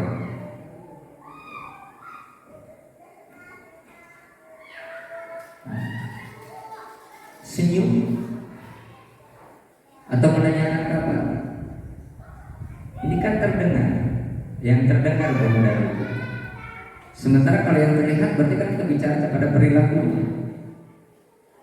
Kemudian dan cara berperilakunya seperti apa? Itu tadi misalkan berlaku dengan hal yang baik dan sebagainya. Oke? Jadi ini akan kita timbulkan dalam sebuah kegiatan pendalaman dari kelas tampil T dan Y. Nah, ini tampak seperti, tidak tampak seperti. Misalkan biasanya Pak Widi biasanya dia bahagia, di dia mah tidak tampak seperti biasanya bahagia. Ya, kemudian misalkan tampak seperti coba duit, orang datang ke dia, kok sekarang mah doang itu bukan duit. Jadi ini yang perlu kita lihat dari anak. Artinya apa Bapak dan Ibu? Kita harus bisa melihat dan memantau anak. Dibuat dalam bentuk tabel T dan ini tadi Pak. Anak ini kan biasanya gembira. Ini harus ditanyakan Bapak dan Ibu. Ya. Ini mencontoh model tabel T. Coba next. Nah ini Bapak contohnya. Contoh kegiatan keyakinan kelas. Tabelten dan dia tadi kepada ibu. Ini hormat terdengar. Tuh, satu orang berbicara, yuk saya bantu, kita bisa selesaikan bersama. Terima, tolong ya, permisi, boleh saya pinjam? Nanti akan segera saya kembalikan. Ini yang terdengar. Terlihatnya apa? Yang kita lihat berarti berempati terhadap perasaan orang lain. Kemudian memegang barang milik orang lain dengan izin. Nah, kalau yang ini berarti nanti akan segera saya kembalikan. Maka memegang barang milik orang lain hanya dengan izin. Mendengarkan dengan seksama. Senantiasa berbuat baik dan berbagi. Nah, perilakunya itu tersenyum ramah, memberikan salam hormat, berjabat tangan, meletakkan tangan di dada saling, memberikan ruang bekerja, postur tubuh yang tenang. Ini contoh begitu. Nah, hormatnya tampak nih. Tadi Pak Haji ya. Biasanya dia datang tepat waktu, kemudian tidak sampai tampak seperti. Jadi sering hadir terlambat. Menyapa teman dan guru setiap hari. Hari bagian saja tidak tampak seperti tak acuh kepada teman dan guru. Ini contohnya. Kemudian bekerja, tekun bekerja dan menyimak guru. Tidak mendengarkan guru acuh dan acuh. Tidak tampak seperti biasanya. Menyerahkan tugas tepat waktu biasanya. Kemudian tugas tidak diberikan itu sudah tak tampak seperti biasa. Ini juga harus menjadi perhatian kepada terkait keyakinan kelas. Ini kan menjadikan bahan observasi dari keyakinan kelas yang kita sepakati bersama guru dan murid. Nah kan seperti itu. Next. Nah ini yang disebut dengan peraturan dan ini yang disebut dengan keyakinan kelas. Peraturan selalu kembalikan buku kepada tempat. Dilarang mengganggu orang lain. Hadir di sekolah 15 menit sebelum pelajaran dimulai. Dilarang melakukan kekerasan. Dilarang menggunakan narkoba. Bergantian atau menunggu giliran. Gunakan masker. Jangan berlari di kelas atau koridor. Ini yang disebut dengan peraturan. Nah, timbul keyakinan kelasnya. Dari peraturan itu tadi, keyakinan kelasnya kita yaitu tanggung jawab. Kemudian dilarang mengganggu orang lain. Nah, keyakinan kelasnya adalah menghormati orang lain. Ini misalkan kesepakatan atau peraturan itu Bapak Ibu. Kemudian hadir di sekolah sebelum pelajaran mulai. Keyakinan kelasnya adalah menghormati orang lain dan berkomitmen. Dilarang melakukan kekerasan. Nah, keyakinan kelasnya adalah keselamatan. Ya, menghormati orang lain. Kemudian dilarang menggunakan narkoba. Keyakinan kelasnya adalah kesehatan. Kemudian bergantian atau menunggu giliran. Keyakinan kelasnya adalah menghormati orang lain dan bersabar. Kemudian gunakan masker. Keyakinan kelasnya adalah kesehatan, keselamatan. Jangan berlari di kelas atau koridor. Keyakinan kelasnya adalah keselamatan dan keamanan. Jadi itu Bapak Ibu antara peraturan dan keyakinan kelas. Jadi peraturan itu atau kesepakatan yang dibuat untuk menimbulkan keyakinan kelas. Next. Nah selanjutnya yaitu eksplorasi konsep. Pembelajaran keempat, kebutuhan dasar manusia dan dunia berkualitas. Nah kebutuhan dasar manusia kepada hidup, bertahan hidup, kasih sayang dan rasa diterima, penguasaan, kesenangan dan kebebasan. Disimbolkan seperti itu. Kasih sayang dan rasa diterima, gambar hati, kepenguasaan, gambar bintang, kesenangan, gambar balon, kebebasan, kupu. Ini yang dimaksud dengan bertahan hidup. Benar saya setuju. Orang yang stres pasti gak nyangka Pak Iwan. Ya, kencang. Lemah kalau terbebas pasti akan terpuruk. Ini kebutuhan dasar manusia yang harus kita penuhi. Terhadap murid. Next. Selanjutnya yaitu eksplorasi konsep tentang 5 posisi kontrol kita. Next. Ini adalah 5 posisi kontrol. Ada motivasi, identitas gagal, identitas berhasil, atau identitas berhasil atau sukses. Menghindari hukuman. Ini 5 posisi kontrol Bapak dan Ibu. Kita ini terdiri dari 5 posisi kontrol sebagai pendidik, yaitu penghukum, pembuat orang merasa bersalah, teman, pemantau, manajer. Identitas gagal di sini Bapak dan Ibu untuk menghindari hukuman. Ini identitas gagal. Guru berbuat, guru berkata, hasil kaitan dengan dunia berkualitas, murid berkata dampak pada murid. Nah, penghukumnya adalah menghardik, menunjuk-nunjuk, menyakiti, menyindir. Kalau kamu tidak melakukannya, awas ya, rasakan. Ini termasuk penghukum. Ini kalimat penghukum Bapak dan Ibu. Memberontak, menyalahkan orang lain berbohong. Murid meletakkan guru di luar dunia berkualitas. Biarkan saja, nanti juga marah-marah lagi. Ini termasuk ke dalam penghukum. Kita disebutnya sebagai penghukum. Mengulangi kesalahan. Nah, pembuat orang merasa bersalah, berceramah dan mengaturkan. Seharusnya bla bla bla bla bla. Ibu kecewa bla bla bla. Itu kita membuat orang atau sebagai controlling, pembuat orang merasa bersalah. Kamu seharusnya kamu sudah tahu, ibu lelah sekali mengatakannya, ibu stres. Betul tidak? Itu menimbulkan kita sebagai kontrolnya adalah membuat orang itu merasa bersalah terhadap kita, terhadap guru murid itu kan. Gitu. Merasa bersalah, ya guru aja jadi stres. Nah, menyembunyikan, menyangkal, berbohong. Murid meletakkan guru dan memaafkan saya, merasa rendah diri. Nah, mengharapkan imbalan atau ketergantungan pada orang lain pada 5 posisi kontrol yang berikutnya ada teman, pemantau, membuatkan alasan-alasan untuk muridnya. Ini sebagai pemantau. Ayolah lakukan demi ibu. Ini sebagai teman. Masa kamu tidak mau ingat, tidak ibu pernah bantu? Ya. Ketergantungan. Murid meletakkan guru sebagai orang yang sangat penting di dunia berkualitas. Saya pikir bapak, ibu, teman saya, ternyata begitu. Yaitu sebagai teman lemah, tidak mandiri, ketergantungan. Itu kalau kita menjadikan diri kita sebagai memposisikan kita sebagai teman terhadap anak. Masih salah ini orang bapak dan ibu, kita perlu perbaiki itu. Kemudian sebagai pemantau, menghitung dan mengukur sejauh mana kenakalan, sejauh mana keprestasiannya, sejauh mana kemampuan. Kita ukur dalam bentuk apa? Penilaian, angka Bapak. Nah, kemudian apa peraturannya? Ini sebagai pemantau saja. Menyesuaikan diri bila diawasi. Artinya kan namun diawasi mainnya oke cicing. Namun kalau tidak diawasi mah pasti lala gandhi kan di kelas. Benar tak Peksan? Ya kan? Peksan orang di kelas kira-kira budak ganteng tuh. Tapi lawan Peksan ngoprek-ngoprekan HP, lala gandhi itu budak. Asli gitu Bapak dan Ibu. Jadi kita di sini posisi kontrolnya Bapak Peksan ini hanya sebagai pemantau. Nah, ini juga harus kita perbaiki loh dari semua ya. Misalkan seperti itu ya misalnya. Jadi kita jangan hanya sebagai seorang pemantau. Jadi anak itu akan diam, lamun geus dipantau, benar tak? Tapi lamun geus dipantau, pasti lala gak adil.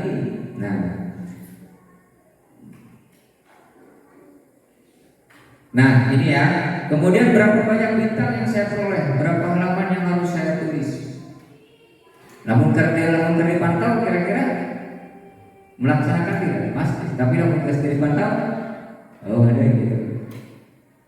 Kemudian kita lanjut, yaitu menghargai diri sendiri. Nah, kita memposisikan yang kontrol yang terakhir yaitu manajer. Manajer mengajukan pertanyaan Bapak. Ini kita memberikan kenyamanan pada anak ya, mengajukan pertanyaan-pertanyaan. Kemudian apa yang kita yakini, apa yang bisa kau kerjakan untuk memperbaiki masalah ini. Misalkan kepada si anak itu melakukan coret-coret terhadap temannya. Nah, kita mengajukan pertanyaan dulu. Mengapa? Misalkan dia coret-coret, mengapa kamu marah-marah terhadap si A?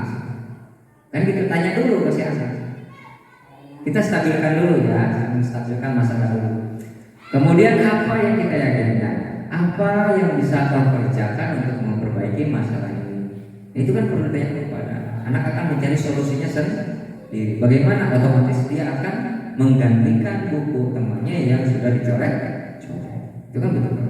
Kemudian menguatkan kepribadian, tanggung jawab. Murid meletakkan dirinya sebagai individu yang positif dalam dunia berkualitas. Nah, kemudian kan kita menanyakan kembali, bagaimana cara kamu untuk memperbaiki suatu keadaan? Ini kan dia menjadi seorang pencari solusi nantinya anaknya. Bukan kita yang mencarikan solusi untuk anak, tapi anak menemukan solusinya sendiri nantinya. Mengevaluasi diri, bagaimana cara memperbaiki diri. Nah, seperti itu. Lalu kita evaluasi sehingga dari solusi yang dia buat itu akan dia perbaiki dirinya secara sendiri pasti. Karena dia menemukan solusinya dari masalah yang terjadi. Itu. Oke, next. Nah, ini pernyataan tugasnya Bapak dan Ibu ya. Saya kecewa sekali dengan kamu. Kamu tidak pernah benar melakukannya. Ayolah, lakukan demi ibu atau bapak. Apakah kamu mau mendapat stiker bintang hari ini? Bagaimana kamu bisa menyelesaikan masalah ini? Kamu selalu yang paling terakhir. Nah, ini pernyataan-pernyataan. Siapa yang mengatakan? Pembuat orang merasa bersalah, penghukum, teman, pemantau, manajer, penghukum. Ya, saya kecewa sekali dengan kamu. Ini termasuk ke dalam membuat orang merasa bersalah. Siapa yang mengatakan? Kita sebagai ibu, kan gitu. Kemudian penghukum, kamu tidak pernah benar melakukan. Itu termasuk kita dalam posisi kontrol kita adalah sebagai penghukum. Kemudian ayolah lakukan demi ibu, dipaksakan kurang kan? Maka ini kita menjadikan posisi kontrol kita adalah sebagai teman. Apakah kamu mendapatkan stiker bintang hari ini? Ini kita sebagai pemantau dan posisi kontrol. Kemudian bagaimana kamu bisa menyelesaikan masalah ini? Maka posisi kita adalah sebagai manajer. Karena apa? Kita mempertanyakan kepada anak untuk bagaimana menyelesaikan masalah tersebut. Tadi dia misalkan si anak, nanti saya akan misalnya menggantikan buku yang telah saya coret-coret. Kan gitu. Itu solusinya kan berarti ya. Kemudian kamu selalu yang paling terakhir. Ini nggak boleh kalimat tersebut timbul. Penghukum, maka kita dalam musik kontrol ini sebagai penghukum. Gitu. Next. Nah, bergerak antara peraturan pemantau, konsekuensi atau hanya nilai-nilai manajer memperbaikinya. Nah, kalau kamu tidak bla bla bla, saya akan memberi hukuman kan gitu.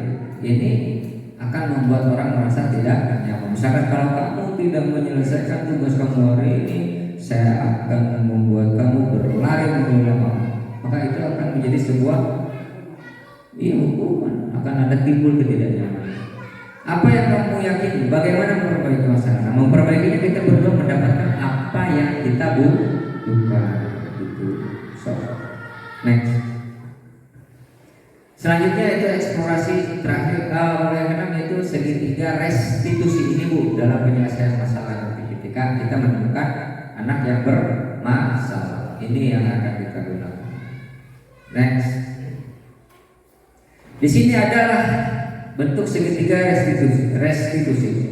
Segitiga restitusi, validasi kebutuhan, menanyakan keyakinan, menstabilkan identitas.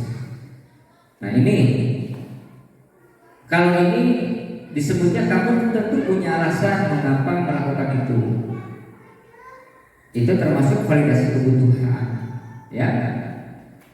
Adakah cara yang lebih efektif untuk mendapatkan apa yang kamu butuhkan? Kita validasi kebutuhan si anak. Kemudian menanyakan keyakinan, nilai-nilai apa yang telah kita sepakati di kelas. Itu nilai apa nanti ketemu. Kemudian menanyakan keyakinan lagi, kamu ingin menjadi orang yang seperti apa ke depan atau seperti apa. Nah, kita stabilkan identitas. Setiap orang pasti pernah melakukan kesalahan. Ya, setiap orang pasti pernah melakukan kesalahan. Kita hanya menstabilkan identitas dulu Bapak dan Ibu. Kita stabilkan identitas. Artinya kita bukan sebagai penghukum. Ya, kita hanya sebagai manajer dalam penguasaan atau penggunaan segitiga restitusi. Kamu bukan satu-satunya yang pernah melakukan ini. Ya, itu yang ini timbulkan pertanyaan seperti ini. Jadi stabilkan dulu, kita validasi kebutuhan. Kemudian ini yang perlu Bapak Ibu gunakan nanti ketika menghadapi kasus dari anak. Nanti kita boleh praktek ya Bapak dan Ibu ya, boleh kita praktek terkait bagaimana penerapan segitiga restitusi. Misalkan nanti masalahnya Pak Widi misalkan untuk pakai seragam sesuai, dipanggil nanti ke Pak Yusuf aja ya, ditanyakan dulu Pak ke validasi kebutuhannya.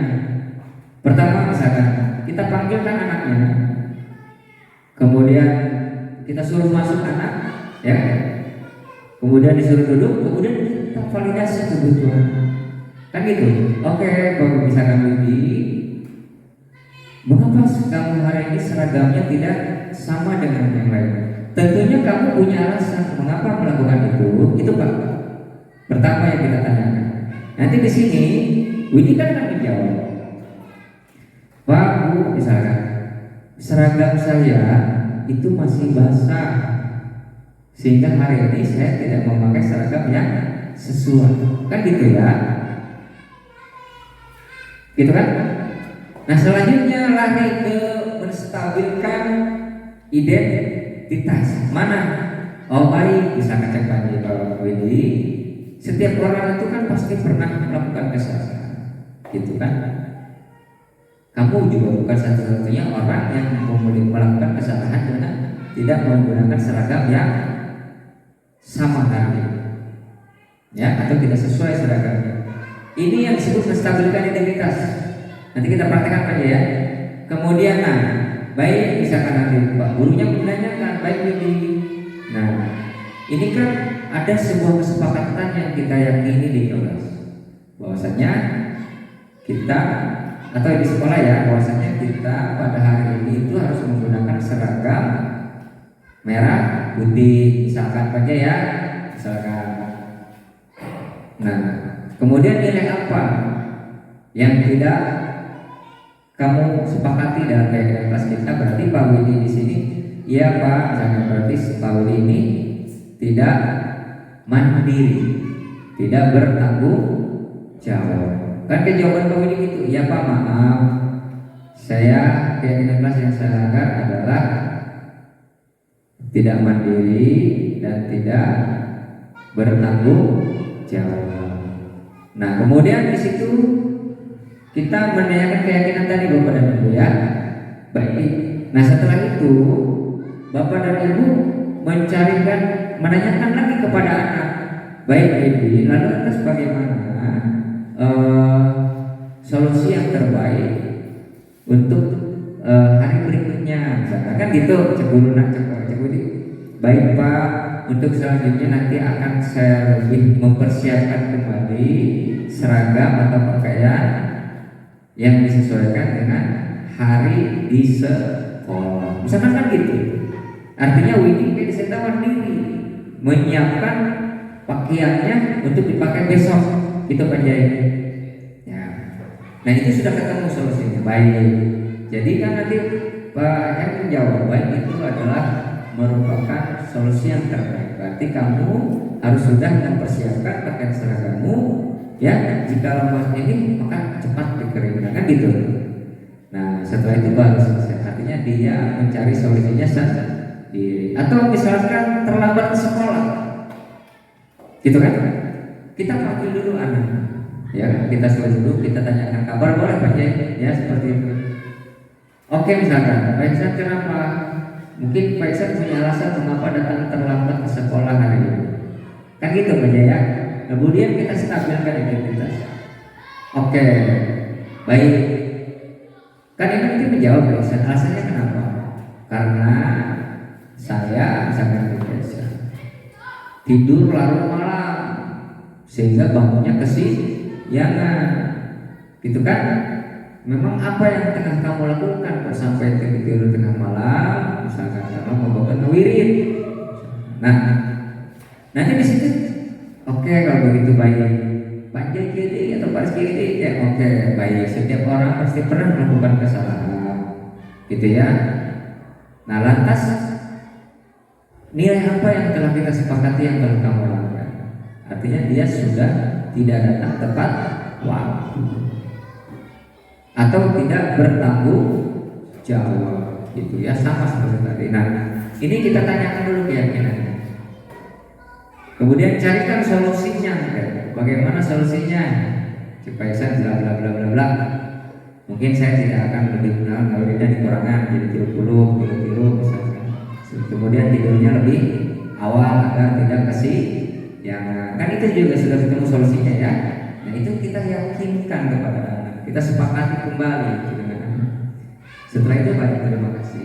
Nanti suatu besok coba saya tidak akan terlambat lagi, kan gitu ya. Itu aja. Itu cara kita melakukan penyelesaian kasus atau masalah pada anak.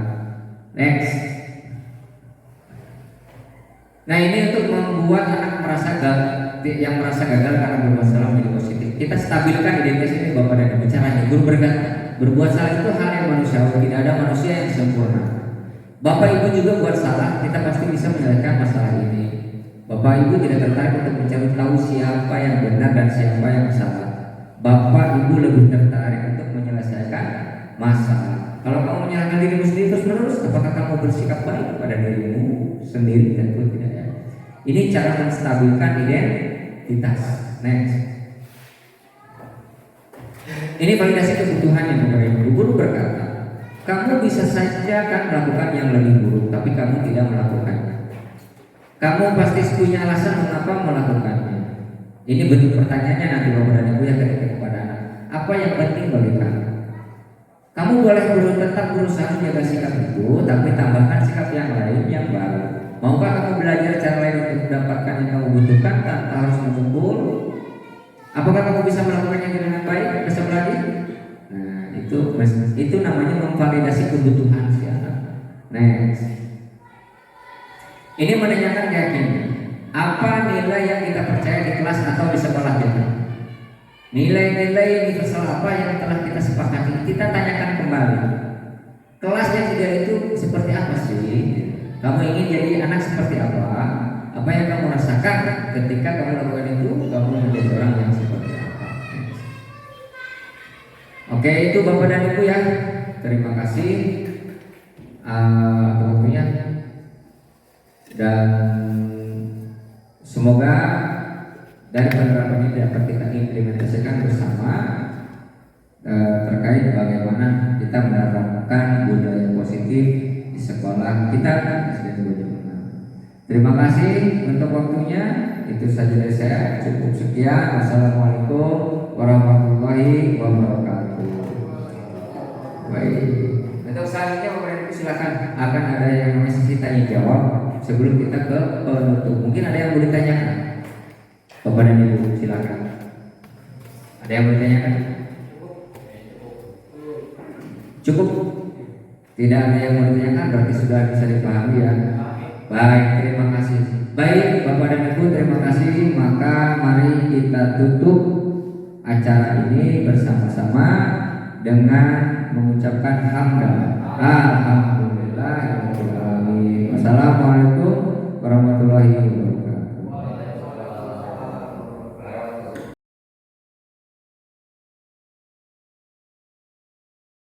Assalamualaikum warahmatullahi wabarakatuh.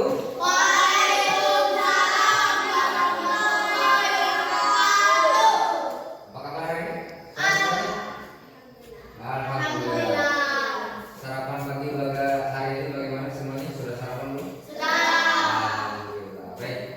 Anakku yang luar biasa, hari ini kita sebelum melaksanakan sebuah kegiatan, mari kita bersama-sama membuat suatu kesepakatan kelas atau yang disebut dengan nanti kesepakatan kelas itu akan menjadi sebuah keyakinan kelas, dan itu harus kalian yakini, setiap kalian harus kalian ingat dan kalian yakinkan ya, bahwa itu adalah merupakan kesepakatan kita selama di sekolah maupun di kelas. Itu harus kita sepakati bersama dan harus dijalankan atau dijalani.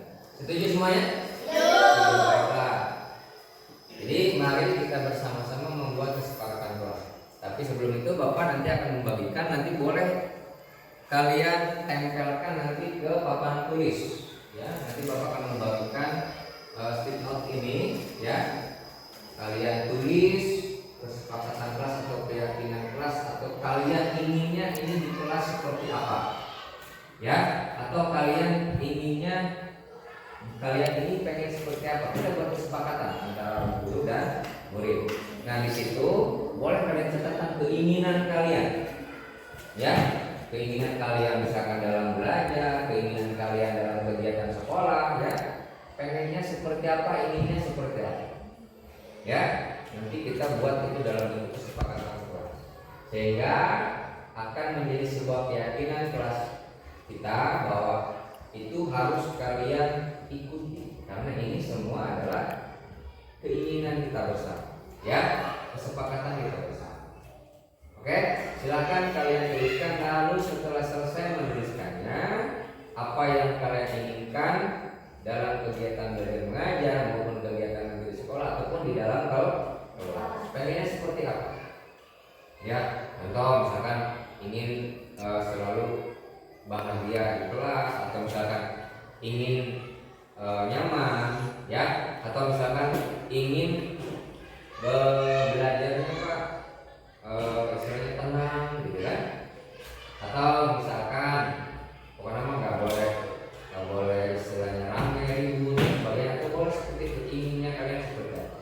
Siap semuanya? Oke. Sekarang Bapak bagikan dulu ya, nanti kalian boleh tempelkan di papan tulis. Bapak bagikan dulu.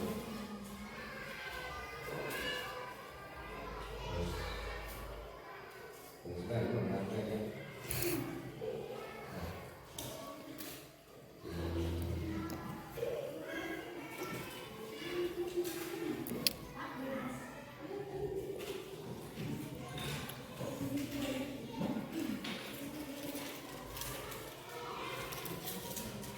Oke, silakan dituliskan apa yang menjadi kesepakatan kita hari ini dalam kegiatan belajar mengajar, dan itu harus menjadi sebuah kegiatan kelas kita. Siap? Siap semuanya? Siap. Silakan ditulis.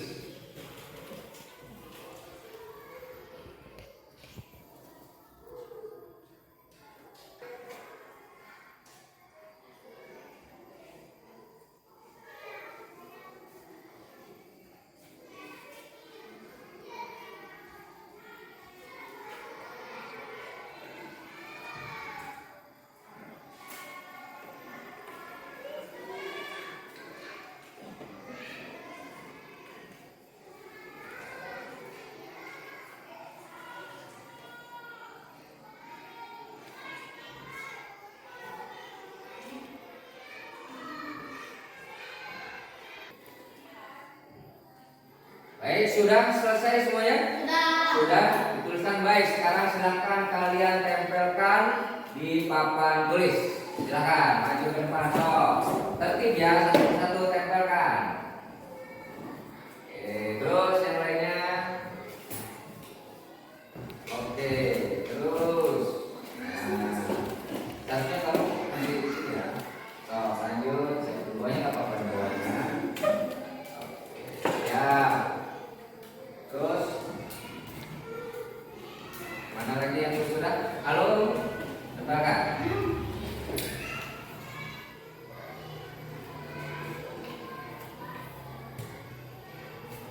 Oh, ditempelkan. Betul ya.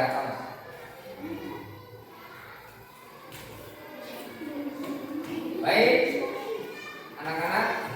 Ini sudah kalian tuliskan keinginan kalian, harapan kalian, ya, dalam kesepakatan kelas atau yang akan menjadi keyakinan kelas kita. Nah, di sini dituliskan oleh ya adalah bersikap sopan dan menghormati guru. Ya, kemudian ini